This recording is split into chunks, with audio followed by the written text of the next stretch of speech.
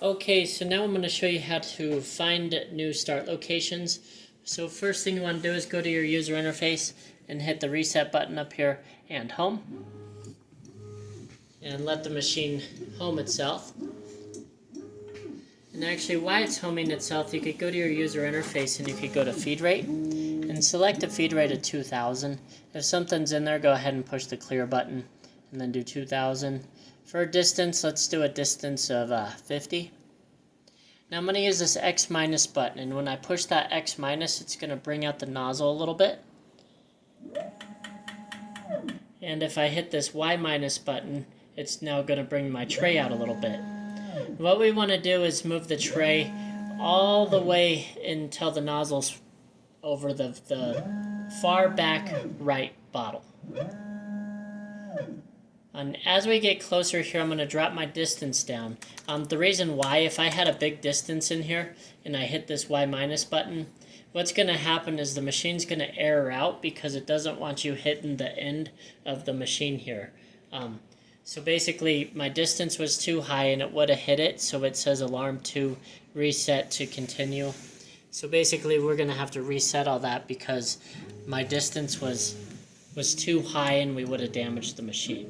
I kind of just wanted to show that so you know if for some reason it's not jogging, it might have alarmed out because you would have hit a limit.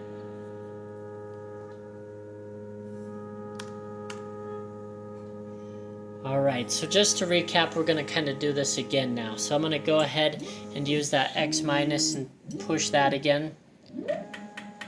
And I'll use the Y minus to bring out my tray. And again, we're going to keep jogging this out until we get to that back right bottle. Now as we get closer like this, I'm now going to drop my distance to 10. This way we don't limit out the machine like we did last time.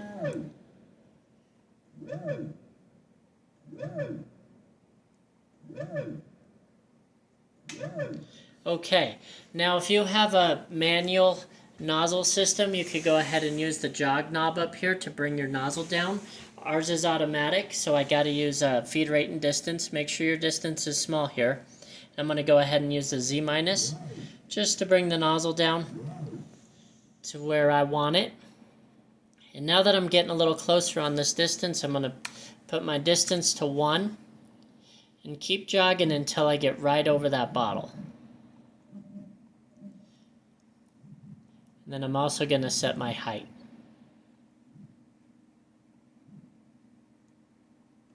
And when I do it, I kind of look from left to right and make sure I'm good.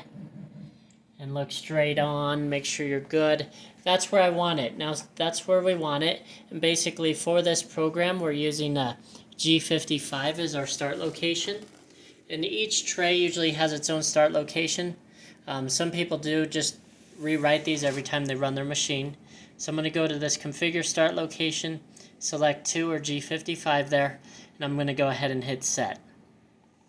Now that overrided any G55 that is in the system and now made G55 always start there. To make sure that it's always starting there, make sure the program you loaded up has the set start location as G55 as well. If it doesn't, go ahead and click it and then save your program. If it does, that's fine. It was already set up for that. So basically, we're good to go. You could go ahead, save the program if you want. But we're also going to check and make sure G55 is right there. And to do that, all you do is hit this go to start location.